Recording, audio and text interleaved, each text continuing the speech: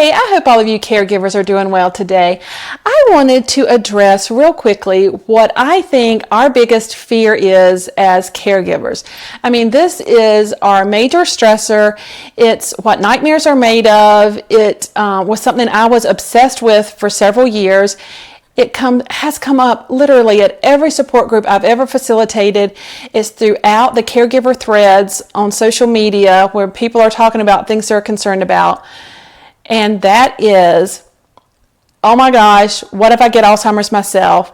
Or I think I already have the beginning stages of Alzheimer's, or I've taken the test, I know I have mild cognitive impairment. That is scary when you're caring for someone. Well, it's scary regardless, but especially if you're really realizing what that journey looks like, that is a legitimate fear.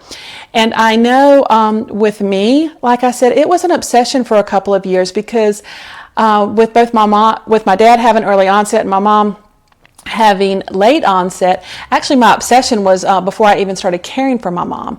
But a psychologist reassured me that he did not think I had mild cognitive impairment. So I want to share with y'all what he told me at the end of the video. But right now, what I want to do just for fun, maybe not so much fun, but I think it provides a lot of insight, okay? These are characteristics of mild cognitive impairment, MCI, okay? So let's just see for fun if we recognize ourselves in any of these. Forgetfulness, slower cognitive processing, insomnia, anxiety, depression, self-doubt, irritability, losing train of thought easily, loss of a thread of conversation either in person, in a movie, or in reading, decrease in attention span, and I'll just stop there. I think that's enough. That's a lot. And if you're like me, I go down the list and I'm check, check, check, check, check, check, check. Oh my gosh, I have mild cognitive impairment.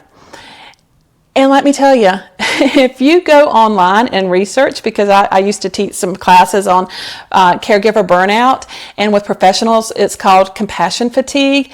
And now it's actually sometimes called caregiver stress syndrome. So these are almost identical to the things, if you do research on those things, all of these symptoms are classic. So what if we don't have mild cognitive impairment, we don't have the precursor for Alzheimer's, we are simply tired caregivers? Okay, so let's look at the list again, and instead of thinking it's for mild cognitive impairment, let's just consider that we are caregivers, tired caregivers, okay? Forgetfulness, yes, mind's not going to be sharp if you're not sleeping. Slower cognitive processing, yes. If I'm doing a recipe and I've got it pulled up on my little phone, I'm going to refer to it repeatedly, double checking my measurements constantly. And it's taken me a while to process just to do basic math to double a recipe. Embarrassing. Insomnia. Number one, I think, concern and complaint that caregivers have, you never hear a caregiver saying, oh, I get plenty of restorative sleep.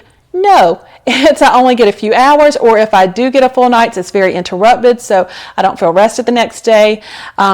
Very common. Anxiety, yes, we fear the future and what's coming and if we're going to be able to do this. Depression is obviously prevalent. Self-doubt, yes, am I going to be able to stay the course? Irritability, oh my goodness, we have a right to be irritable, y'all, because, obviously we are grateful we're able to provide care, whatever that looks like in your situation, for our loved one. But oftentimes that means we can't do what we want to do. We have to be focused on them and what they need. We're just not out there, kind of as a free agent trying to decide how we're going to spend our day. We know that we have to focus on our loved one, even if that means you're accommodating your schedule to visit them in a facility, if they're not in your home. So that can make us irritable. Loss of train of thought. Oh my goodness, happens to me all the time because I'm getting distracted thinking, did I give mom her medicine? Do I need to go make sure, this need is taken care of or whatever. So it's as though our mind is constantly swirling, making sure that we're not missing something with them. And so it's hard just to stay focused. So that low attention span is another one. So all of those things, when you look at it in the light of being a caregiver, it makes me feel a lot better. So I hope it does you as well. And real quickly, the other thing that these symptoms are representative of is grief. I mean, oh my goodness, a grief counselor will tell you, as I used to when I would do bereavement counseling with caregivers of hospice patients, never make a big decision your first year. In fact, that first year, it's all about resting and taking care of yourself, because grieving is very taxing physically, not just emotionally and mentally. And so the focus is on making sure that you're kind to yourself and that you just allow yourself to grieve, but that you get plenty of rest, eat well, exercise, all those other healthy things, because it's going to be a hard year. And when I say this, I am not minimizing people who are going through the grieving process. We are going through a grieving process as well, I should say, for those who are grieving the loss of a loved one who has passed, because, that's significant, obviously. But for those of us who are caregivers, we don't have, I want to say luxury, for lack of a better word, of just focusing on ourselves and self-care and allowing ourselves to grieve, because we have to be focused on our loved one who is still here. So we are grieving all of those little losses through anticipatory grief. As I've mentioned in my first video, we're watching those balloons drift away and we're losing our loved one piece by piece. And so we're grieving those things, but we can't take time to fully grieve and take care of ourselves the way we should when we're grieving, because we're focused on them. And so that makes us doubly exhausted and just mentally fatigued. And so taking that into account, I really feel like all of that, once we're out of this season of caregiving, I really do feel like our minds are going to be much sharper. And so I want to mention real quickly in closing that a few years ago, when I really got obsessed with this, and this was before my mom was diagnosed, I was working a very high stress management position with hospice. I hate to say it was a toxic environment, but it was like no other compassionate hospice I had ever worked with. And I was frazzled. I was not sleeping at night. I was highly anxious during the day. I thought I had a stomach ulcer. Had to go somewhere I should not have been through the course of work, and I was attacked by a pit bull. So I was getting some therapy for that through workman's comp.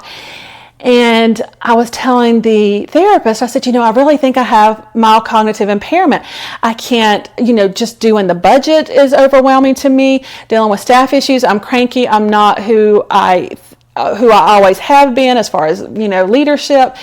And what he said was, first of all, you have PTSD. He said, but secondly, he said, this is situational. He said, I really feel like all of these issues you're describing with your forgetfulness and not staying on task and the stress and just not having your full cognitive abilities is due to this work environment and the stress you're under.